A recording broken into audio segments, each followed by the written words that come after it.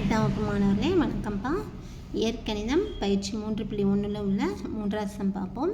L = 4pq², b -3 b²2q, h = 2p3q3 எனில் L × b × h எனின் மதிப்பை காண்க.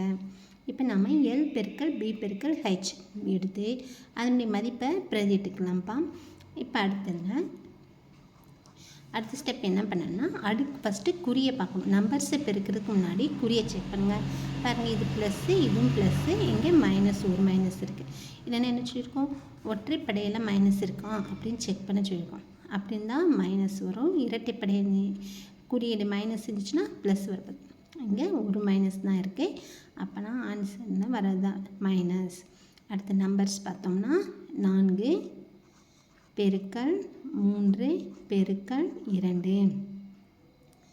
அடுத்து நமக்கு மாறி என்ன இருக்குது பார்த்தோம்னா என்னென்ன இருக்குப்பா, pq² பெருக்கல் p²2 q பெருக்கல் p⁻3 q⁻3. சரிப்பா, இப்போ பெருக்குங்க. மைனஸ் நாமுன்னா 12 2 நமக்கு 24. இங்கே இருக்கிற மாறிகள் PQங்க தான் ரிப்பீட்டடாக வருது. சரியாப்பா, அப்போ நீங்கள் அடுக்கு என்ன பண்ண போகிறோம், கூட்டணும். பெருக்கல் இருக்கிறனால அடுக்கு கூட்டிக்க போகிறோம். இங்கே 1 p²2 p²3. அப்போ நான் கூட்டினா எத்தனை வருது, 3 2 5 5 1 6 p²6. Q அடுக்கு பாருங்கள், 2 1 இங்கே எத்தனை இருக்குது, 3. அப்போனா 2 1 கூட்டினா 3 3 3 கூட்டினா 6.